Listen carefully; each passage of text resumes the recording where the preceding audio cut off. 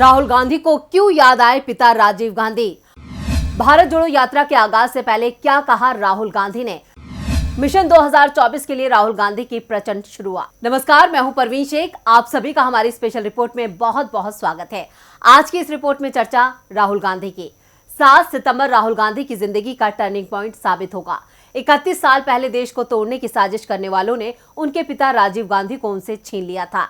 आज उसी जगह पर 31 साल बाद राहुल गांधी पहुंचे हैं, जहां से उन्होंने नफरत की राजनीति को हराने का संकल्प लिया। बीजेपी की नफरत की राजनीति को मात देने के लिए राहुल ने प्रचंड शुरुआत की है।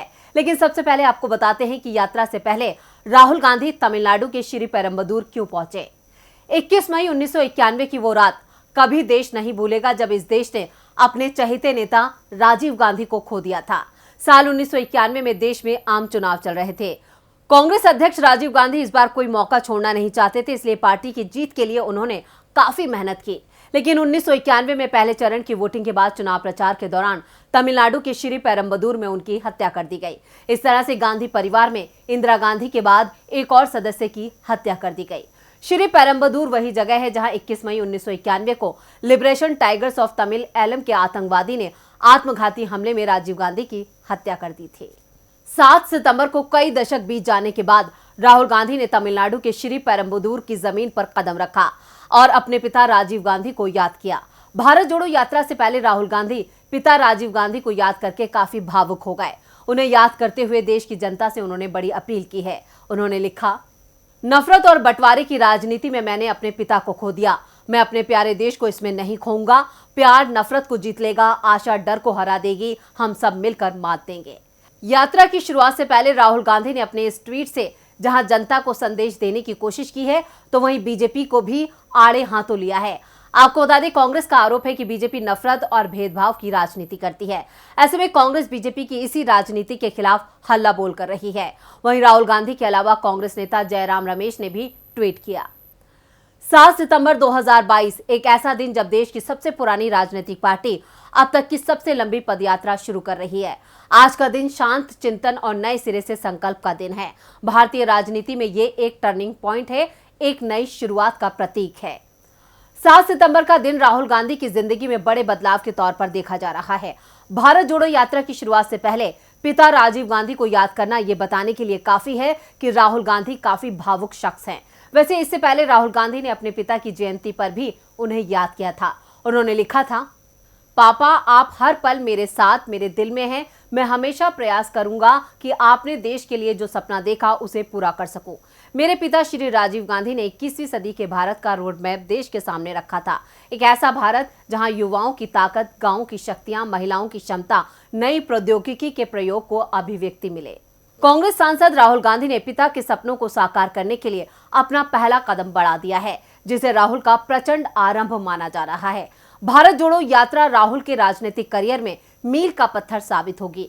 लंबे वक्त से कांग्रेस के अनुभवी नेता जो राहुल पर प्रश्न चिन्ह लगा रहे थे, अब वो भी राहुल गांधी की भारत जोड़ो यात्रा से खुद को जोड़ रहे हैं। इस यात्रा की शुरुआत होते ही इसका असर दिखने लगा है। कांग्रेस का नाराज धड़ा यानी G23 ग्रुप भी इस यात्रा का समर्थन कर रहा है। इस बात के संकेत मिले हैं G23 के नेता आनंद शर्मा के ऐलान से। उन्होंने ट्वीट करते हुए लिखा है, भारत जोड़ो यात्रा भारत के लिए समावेशी लोकतंत्र को बनाए रखने, अन्याय, असमानता और असहिष्णुता के खिलाफ लोगों को एकजुट करने का मिशन है। साथ ही ये राष्ट्रीय एकता के प्रति प्रतिबद्धता है। जब यात्रा जम्मू कश्मीर के रास्ते में जब मेरे गृह राज्य हिमाचल के पास पहुंचेगी, तो मैं इसमें शामिल होने की तैयारी कर रहा हूं। लोकसभा चुनाव 2024 के लिए अभी से सभी राजनीतिक पार्टियों ने अपनी बिसात बिछानी शुरू कर दी है। एक तरफ जहां उत्तर भारत में अपनी मजबूत पकड़ बना चुकी बीजेपी की नजरें अब दक्षिण भारत पे हैं, तो वहीं अब कांग्रेस ने भी इस बार पूरा फोकस दक्षिण भारत पर लगा दिया है। और भारत जोड़ो यात्रा की शुरुआत दक्षिण भारत से करने का बड़ा मकसद भी यही है, यानी बीजेपी को मात देने के लिए राहुल गांधी ने बड़ा दांव चल दिया है। आपको बता दें कि कांग्रेस के मिशन 2024 के लिए दक्षिण भारत काफी अहम है। दक्षिण भारत के 5 राज्यों आंध्र प्रदेश, तमिलनाडु, तेलंगाना, केरल और कर्नाटक से कुल मिलाकर लोकसभा की 129 सीटें आती हैं। अगर केंद्र की सत्ता में रहना है तो उसे दक्षिण भारत में अपनी सीटों की संख्या बढ़ाने पर फोकस करना होगा। पूर्व प्रधानमंत्री चंद्रशेखर ने साल 1983 में कन्याकुमारी से नई दिल्ली राजघाट तक पदयात्रा की थी। उस वक्त उन्होंने कहा था कि उनकी यात्रा का लक्ष्य राजनीतिक है, पर दलगत राजनीति से परे है। ठीक 39 साल बाद कांग्रेस के पूर्व अध्यक्ष राहुल गांधी ने भी कुछ इन्हीं शब्दों के साथ कन्याकुमारी से भारत जोड़ो यात्रा शुरू कर दी है। यात्रा का ज्यादा समय दक्षिण भारत में गुजरेगा। यात्रा 12 राज्यों और 2 केंद्र शासित प्रदेशों में 3,500 किलोमीटर की दूरी तय करते हुए 5 महीने बाद जम्मू कश्मीर में खत्म होगी। पूरी यात्रा के दौरान 22 महत्वपूर्ण स्थानों में से 9 दक्षिण भारत में मौजूद हैं। दक्षिण भारत खासकर तमिलनाडु, केरल, कर्नाटक, आंध्र प्रदेश और तेलंगाना में लोकसभा की 129 सीटें हैं। पिछले लोकसभा चुनाव में इन प्रदेशों में कांग्रेस को 28 सीटें मिली थी, जबकि बीजेपी 29 सीट जीतने में सफल रही थी। बीजेपी को 25 सीट अकेले कर्नाटक में मिली थी। कांग्रेस जब जब मुश्किल में आई है, दक्षिण भारत ने पार्टी का साथ दिया है। आपातकाल के बाद चुनाव में जब पूर्व प्रधानमंत्री इंदिरा गांधी और संजय गांधी दोनों अपनी सीट हार गए थे और कांग्रेस सिमट कर 153 पर आ गई थी, उस वक्त भी पार्टी को 92 सीट दक्षिण भारत से मिली थी।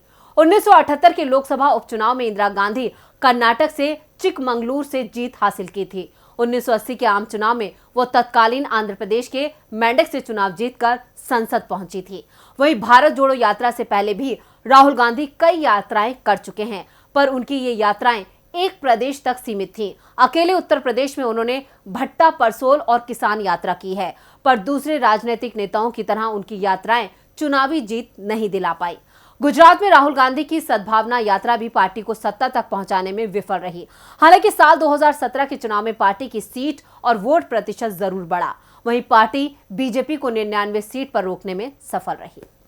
जब राहुल गांधी ने अपनी इस यात्रा के लिए सिविल सोसाइटी के लोगों के साथ कॉन्क्लेव किया था और अपनी इस यात्रा के लिए सिविल सोसाइटी के लोगों का साथ मांगा था, तो उस वक्त ही राजनीतिक पंडितों और सिविल सोसाइटी के लोगों ने ऐलान कर दिया था कि भारतीय राजनीति में ये यात्रा राहुल गांधी के कद को बढ़ा देगी। सिविल सोसाइटी के लोगों ने न सिर्फ इस यात्रा को अपना समर्थन दिया है, बल्कि देश की जनता से भी इस यात्रा से जुड़ने का आह्वान किया है। सिविल सोसाइटी के प्रमुखों ने कहा था कि ये यात्रा राहुल गांधी के लिए एक तपस्या है। उस वक्त राहुल गांधी ने कहा था, इस यात्रा में मेरे साथ कोई चले ना चले, मैं अकेला चलूंगा। मैं जानता हूं कि यह देश को जोड़ने की लंबी लड़ाई है। मैं इस लड़ाई के लिए तैयार हूं। भारत की राजनीति का ध्रुवीकरण हो गया है। हम अपनी यात्रा में लोगों को बताएंगे कैसे एक तरफ आरएसएस की विचारधारा है और दूसरी तरफ हम लोगों की सबको साथ लेकर चलने की विचारधारा है। हम इस विश्वास को लेकर यात्रा शुरू कर रहे हैं कि भारत के लोग तोड़ने की नहीं, बल्कि जोड़ने की राजनीति चाहते हैं। कांग्रेस नेता कन्हैया कुमार ने भारत जोड़ो यात्रा को लेकर दावा किया है कि भारतीय जनता पार्टी के वरिष्ठ नेता लाल कृष्ण आडवाणी द्वारा 1990 में की गई रथ यात्रा सत्ता के लिए थी, लेकिन उनकी पार्टी की भारत जोड़ो यात्रा सत्ते के लिए है। भारत जोड़ो यात्रा के दौरान राहुल गांधी के साथ जो 118 भारत यात्री कन्याकुमारी से कश्मीर तक पद यात्रा करेंगे, उनमें कन्हैया कुमार भी शामिल हैं।